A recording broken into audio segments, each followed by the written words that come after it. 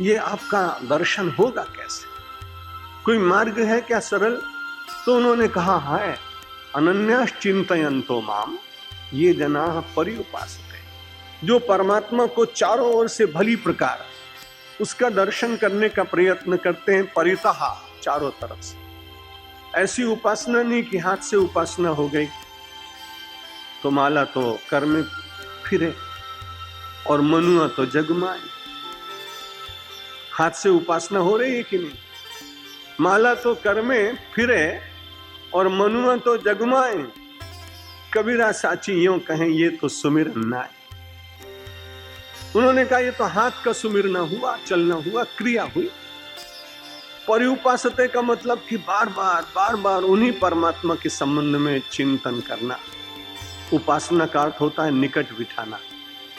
उस परमात्मा को जिसे हम बाहर दूर देखते हैं, जिसे हम किसी एक मंदिर, मस्जिद, गुरुद्वारा, चर्च में देखते हैं, उस परमात्मा को इतने निकट लाएं कि ऐसा लगे कि वो मुझसे दूर है ही। अनन्याश्चिन्तयन्तो माम। लेकिन बड़ी अच्छी बात कही कि जब भगवान की उपासना करो फिर दूसरे की उपासना ना करो, दूसरों के साथ व्यवहार निभाओ, पर उपासना की दृष्टि से निरंतर अपने मन को परमेश्वर की ओर ही बार बार ले जाने की चेष्टा करो। न अन्यः इति अनन्यः।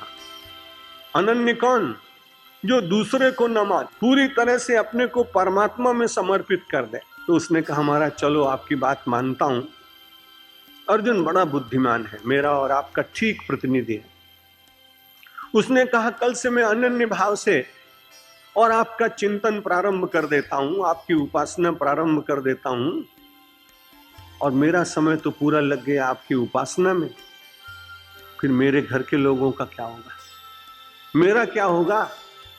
भगवान ने कहा यदि तुम सचमुच ऐसी उपासना करोगे तो मैं तुम्हें गारंटी देता हूं, विश्वास दिलाता हूं, तेषाम नित्याभियुक्ता नाम, ऐसे नित्य जुड़े हुए लोगों के लिए योगक्षेमम वहाम्यहम्, मैं उसका योगक्षेम में चलाता हूं। आप सब बड़े बुद्धिमान लोग हैं, पैसा जमा कर देते हैं, प्रीमियम भरते रहते हैं, इंश्योरेंस वालों पर बड़ा विश्वास होता है। भगवान कहते हैं मैं भी तो वैसा ही विश्वास दिला रहा हूं, मुझ पर भी थोड़ा विश्वास करो। और यहां तो पैसा देने की बात नहीं, यहां तो केवल श्रद्धा पूर्वक उस परमात्मा को अपने निकट बिठाने की बात। निकट बिठाने की बात है बुद्धि को बार बार ये बताना कि जिस जगत में है इसमें काम करना है। लेकिन इससे भी एक परे जगत है जहां हम सब लोगों को जाना है, और उस जगत में केवल परमात्मा की उपासना से ही व्यक्ति का काम चल रहा है। मैं एक बार लौट रहा था ऑस्ट्रेलिया से। सिंगापुर में एयर इंडिया का विमान ऐसा खराब हुआ कि सूचना दी गई कि अगले 24 घंटे तक नहीं मिल पाएगा, केवल 24 घंटे। अब सब यात्री इधर उधर घूमने लगे। मुझे बंबई में हर्षद भाई को सूचना देनी थी कि आप मत आइए क्योंकि मेरा विमान नहीं आ पा रहा है।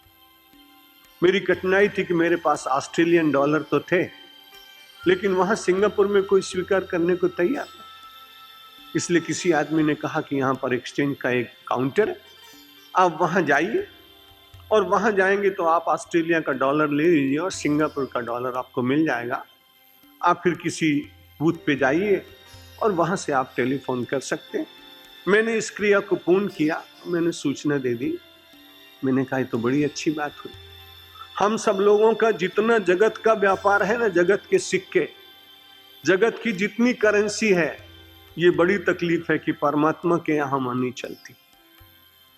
जैसे ऑस्ट्रेलिया का डॉलर सिंगापुर में नहीं चला, इसलिए जगत का आपका बड़े से बड़ा व्यवहार भी परमात्मा के सरकार की जो करेंसी है उसके साथ जमता नहीं। इसलिए जैसे यहां आप एक्सचेंज कराते हैं, भगवान ने कहा तुम अपने कर्म रूपी नोट को तुम मेरे अनन्यता रूपी बैंक में दे दो, एक्सचेंज करने के बाद योगक्षेम रूपी दूसरा नोट में तुमको दे दूंगा, जो इस लोक में नहीं चलता वो परलोक में चलता। प्रयास करने का, केवल थोड़ा सा अभ्यास करने से व्यक्ति इन सारी गहन बातों को अपने जीवन में उतारने का यत्न कर सकता है। अनन्याश्चिन्तयन्तो माम ये जना पर्युपासते तेषाम नित्याभियुक्ता नाम योगक्षेमम वहाम्यहम। एक व्यक्ति को इस पर बड़ा भरोसा हो गया। उसने सोचा कि मैं काम भी क्यों करूं, अब मैं पूरी तरह से परमात्मा के लिए ही समर्पित हो जाऊंगा। देवी के मंदिर में गया, सप्तशती का पाठ करने लगा, नवारण मंत्र का जप करने लगा और बड़ी तल्लीनता से। नवरात्रि के दिन थे, कोई भी वहां आता, बड़े साधारण लोग थे, कोई उस ब्राह्मण को कुछ चढ़ाता नहीं। लेकिन जगदम्बा के मन में विचार आया कि 9 दिन पूरा होने के बाद जब ये बेचारा अपने घर जाएगा, परिवार के लोग पूछेंगे अनुष्ठान करके आए इतने बड़े मंदिर में कुछ मिला कि नहीं मिला। वो भक्त बिल्कुल विचार नहीं कर रहा है अपने लिए, वो तो बड़े आनंद के साथ पाठ करता है, उसको तो विश्वास है ना, योगक्षेमम वहाम्यहम। जगदम्बा के मन में विचार आया कि इसको कुछ मिलना तो चाहिए। इसलिए जब वो कहीं बाहर गया था जल आदि पीने के लिए, इतने में मंदिर से एक ध्वनि आई कि 9 दिन के बाद में इसको 1000 रुपए तो मिलने चाहिए, 1000 रुपए कोई देगा। एक व्यक्ति वहां भीतर पहुंचा, पंडित तो बाहर गया हुआ है, उसने सोचा कि नवरात्रि के दूसरे दिन इसको 1000 रुपए मिलने वाले, क्योंकि मंदिर में से आवाज आई, झूठी तो हो नहीं सकती। वो आया, उसने कहा पंडित जी नवरात्र के दिन मैं आपको 500 रुपए भेंट दूंगा, मैं बड़ा प्रसन्न हूं, लेकिन शर्त यही है कि जो कुछ आपको चढ़ेगा आप उसे नहीं लें। उसने कहा भाई साहब मुझे तो 1 रुपया भी चढ़ने वाला नहीं, क्योंकि मैंने इस दृष्टि से अनुष्ठान किया ही नहीं। उसने कहा कि अगर आपको ऐसा लगता है तो जो चढ़े आप ले जाइएगा, मुझे क्या है। उसने सोचा 500 रुपए इनको चढ़ा दूंगा, 1000 मिलेगा, सेंट परसेंट फायदा होने वाला हो तो कौन व्यापार नहीं करेगा। 100% व्यापार था। अब जब वो नवरात्रि का दिन पूर्ण हुआ, उस व्यक्ति ने 500 रुपए पंडित जी की पोथी पे चढ़ा दिए। बहुत देर तक प्रतीक्षा करता रहा, बहुत देर तक प्रतीक्षा करता रहा, सोचता रहा कि 1000 की बात हुई थी, अब गिरेंगे नोट, मैं उठाऊंगा चल दूंगा। लेकिन बहुत प्रतीक्षा करने के बाद भी जब उसको 1000 रुपए नहीं मिले तो उसको बड़ा क्रोध आया, और क्रोध में आदमी अंधा हो जाता है, इसलिए उसने देवी को अपने पैर मार दिया। जैसे देवी की प्रतिमा को स्पर्श हुआ पैर, तो पैर उसका चिपक गया। जब पैर चिपक गया तो बहुत चिल्ला रहा है कि बड़ा कष्ट हो रहा है, माँ जल्दी छोड़ो। आवाज आई कि 500 रुपए पंडित को दे दो तब पैर छूटेगा, नहीं तो छूटने वाला नहीं। बेचारे को जबरदस्ती जेब में से 500 रुपए चढ़ाने पड़े। कान में माता ने कहा कि तूने बड़े विश्वास पूर्वक योगक्षेमम वहाम्यहम के ऊपर विश्वास किया, इसलिए मुझे चिंता हुई कि तेरा घर परिवार कैसे चलेगा। इसलिए इस कंजूस के पास तो बहुत पैसा था, सीधे सीधे देता नहीं, इसलिए मुझे कुछ युक्ति करनी पड़ी। अब बड़े मजे में तुम ले जाओ और आनंद के साथ रहो। मैं ऐसा नहीं करता हूँ, कहता हूँ कि आप भी काम मत करिएगा और कोई आपको दे जाएगा। लेकिन ये बड़ा प्राचीन दृष्टांत है कि यदि व्यक्ति के मन में भगवान के ऊपर इतना विश्वास हो जाए तो उसके योगक्षेम की लौकिक व्यवस्था भी करता है। और केवल लौकिक व्यवस्था अर्थ मत करिए, ये तो प्रारब्ध से संसार में बहुत लोगों को मिल जाता है। इसका एक आध्यात्मिक अर्थ ये है कि जब आपकी बुद्धि केवल माया में लिपटी होती है, तब परमात्मा अपने से योग कराने के लिए आपके भीतर वैराग्य उत्पन्न करा देता है। जब आपके भीतर वैराग्य उत्पन्न होता है तो आपके जीवन का संरक्षण कैसे चले, तो आपके जीवन में उस वैराग्य के द्वारा ज्ञान प्राप्ति के दिव्य उपायों का सर्जन वो भी परमात्मा कर देता है। लोक की दृष्टि से और अध्यात्म की दृष्टि से, जिस दृष्टि से भी आप जानना चाहें, एक बार अनन्यता भगवान के चरणों में होनी चाहिए, भगवान के प्रति होनी चाहिए। मैं जगत में जरूर कार्य करूंगा, पुरुषार्थ करना बंद कभी मत करना, क्योंकि गीता कर्मयोग शास्त्र, और उसके साथ में कर्मयोग को, कर्म को शुद्ध रखने के लिए परमात्मा ने बड़ी कृपा करके और बीच बीच में भक्ति और उपासना की बातें कह दी हैं, जिससे आदमी का मन तरल बना रहे। यदि व्यक्ति भक्ति नहीं करता है तो उसका शरीर, जो जीवन है, वो शुष्क और नीरस हो जाता है, और नीरसता संसार में किसी को अच्छी लगती नहीं। अगर नीरसता होती तो परमात्मा ने इतना पानी क्यों बनाया होता। कभी आपने विचार किया?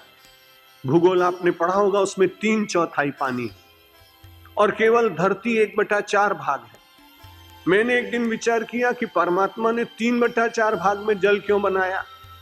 तो भीतर से उत्तर मिला कि आदमी को रसपूर्ण जीवन चाहिए और ये जल रस का स्वरूप है, इसलिए परमेश्वर ने इतना अधिक जल दिया। अपने जीवन की नीरसता का निरसन करने के लिए हम सब लोगों को अनन्य भाव से भगवान के चरणों में प्रीति करनी चाहिए। उसने कहा, महाराज अनन्य भाव से आपकी भक्ति करें तो भी कुछ करना पड़ेगा क्या? तो भगवान ने कहा कि तुम 26वें श्लोक में देख लो क्या करना पड़ेगा कि पत्रम पुष्पम फलम तोयम यो में भक्त्या प्रयच्छति तदहम भक्तु प्रहर्षणम अश्नामि प्रयतात्मनः। अगर आप बहुत धनी आदमी है तो आप सोने की थाल में भगवान के लिए व्यंजन बनाइए, जाइए नाथ द्वारा में 56 भोग लगवाइए, बड़ा अच्छा है। लेकिन किसी आदमी ने कहा मैं अनन्य भाव से भक्ति करूंगा लेकिन मैं पैसा वाला नहीं हूं, तो भगवान ने कहा देख ऐसा कर, जब ज्यादा बहुत गरीबी आ जाए, एक महात्मा ने इसका नया अर्थ किया, वो मैं बता रहा हूं। अभी तक आप यही समझते रहे कि तुलसी का पत्र चढ़ा दीजिए, बिल्व पत्र चढ़ा दीजिए, मैं भी ऐसा ही मानता था। लेकिन जब फिर से इसके ऊपर विचार किया एक संत के साथ, तो उसने कहा कि नहीं भाई, आदमी को कहीं जाना ही न पड़े और वो खाली पत्रम भगवान को लेटर लिख दे। आप पत्र को क्या कहते हैं? पत्र कहते हैं, संस्कृत में उसे पत्रम कहते हैं। भगवान ने कहा रे तुलसी दल भी मत तोड़ के ला और बिल्व पत्र भी मत ला, तू तो खाली इतना कर कि जब तेरे को बहुत इच्छा हो जाए अनन्य भाव से तो मुझको एक बहुत अच्छा लेटर लिख दे, पत्रम। फिर उसने कहा महाराज पत्र से आप नहीं आए तब क्या होगा?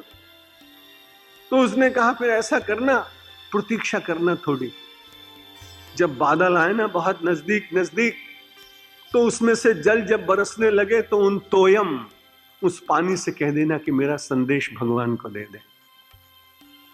वसंत की ऋतु आ जाए तो खिलते हुए फूलों से कह देना कि मेरा संदेश भगवान को कह देना। पत्रम पुष्पम, फलों से कह देना, जल से कह देना। दूसरा अर्थ महापुरुष ने किया कि आपको यदि बहुत मूल्यवान वस्तुएं उपलब्ध नहीं है तो तुलसी दल मात्रेण और जलेन चुलुकेन च। भगवान कितने में प्रसन्न होता है? गिलास दो गिलास नहीं चाहिए, हमारे यहाँ हिंदी में उसको कहते हैं चुल्लू भर पानी, थोड़ा सा अंजुली भर के, एक अंजुली जल और तुलसी पत्र। और इसीलिए आपने देखा कि जब सूर्य की उपासना करते हैं तो प्रायः सूर्योपस्थान करते समय आदमी के पास जलपात्र भी हो तो वो अंजलि से ही भगवान सूर्य को जल अर्पित करता है। नहीं तो हो सकता है कि लोग अपना ड्रम उठा लाएं, उसमें भर के भगवान को अर्पित करें। बड़ी सुविधा हो तो रबड़ का पाइप लगा ले, हाथ में पकड़ ले, घंटों उसमें से पानी डालते रहो, आदित्याय नमः भास्कराय नमः बोलते रहो, कौन मना करता है। लेकिन जब सूर्योपासन संध्या में करते हैं तो उसमें जगतस्तु खश्च जब बोलते हैं तो अंजलि से लेकर जल देते हैं, क्योंकि सबको मालूम है वैदिक युग से कि परमात्मा थोड़े में प्रसन्न होता है। दुनिया बहुत ज्यादा दो तो प्रसन्न होती है, और निरंतर देते रहो तो प्रसन्न रहती है। आपने 99 बार दिया तो प्रसन्न है, और एक बार नहीं दिया तो फिर आपसे बोलना भी पसंद नहीं करें। परमात्मा को आपने एक बार भी नहीं दिया और केवल अंजलि से जल दिया तो भी परमात्मा आपका रक्षण अव्यक्त रूप से करता रहता है। इसलिए पत्रम पुष्पम फलम तोयम यो में भक्त्या प्रयच्छति। और एक बार फर्स्ट क्लास में मैं जा रहा था, एक बड़ा कुतर्की व्यक्ति मिल गया। उसने कहा महाराज इसका अर्थ तो ये नहीं है जो आप बता रहे हैं। मैंने कहा तो आप बताओ क्या है। कहते हैं भगवान को हुक्का बहुत अच्छा लगता है, स्मोकिंग बहुत अच्छी लगती है। मैंने कहा वो कैसे? बोला पत्रम, तमाकू ना पत्ता અને એના ફૂલ પણ સાથે, પછી પત્રમ પુષ્પમ એટલે નારિયેળનો પછી ફળ, પછી એમાં પાણી, હુક્કો તૈયાર થઈ ગયો ને। અને કહે છે હુક્કો ભગવાનને અર્પિત કરે એના સાથે ભગવાન બહુ ખુશ રહે છે. मैंने कहा भाई तेरे जैसा मूर्ख संसार में कोई दूसरा मिलने वाला नहीं. कहां की बात और कहां लगाने लगे. तो लोग अपने व्यसनों के समर्थन में भी शास्त्रों का अर्थ करने में आजकल पीछे रहते नहीं. हम सब लोग चाय पीते हैं ना, एक श्लोक इसमें आया 11वें अध्याय में, सर्वस्य चाहम. हिंदी में हम सब लोग उसको चाय लिखते हैं, गुजराती वाले उसको चाह लिखते हैं. तो उस आदमी ने कहा कि भगवान कहते हैं कि सारी दुनिया में सबसे अच्छी चीज क्या है? सर्वस्य चाहम. चाय से बढ़ के कुछ अच्छा नहीं. तो अपने अपने व्यसन के समर्थन में भी लोग कई बार शास्त्रों के अर्थ करते हैं, पर वास्तव में जो आचार्यों ने अर्थ किए हों, सत्पुरुषों ने अर्थ किए हों, ज्ञानियों ने अर्थ किए हों, सेंट्स ने अर्थ किए हों, सीकर्स ने किए हों, उनको ही हमें अपने जीवन में स्वीकार करना चाहिए.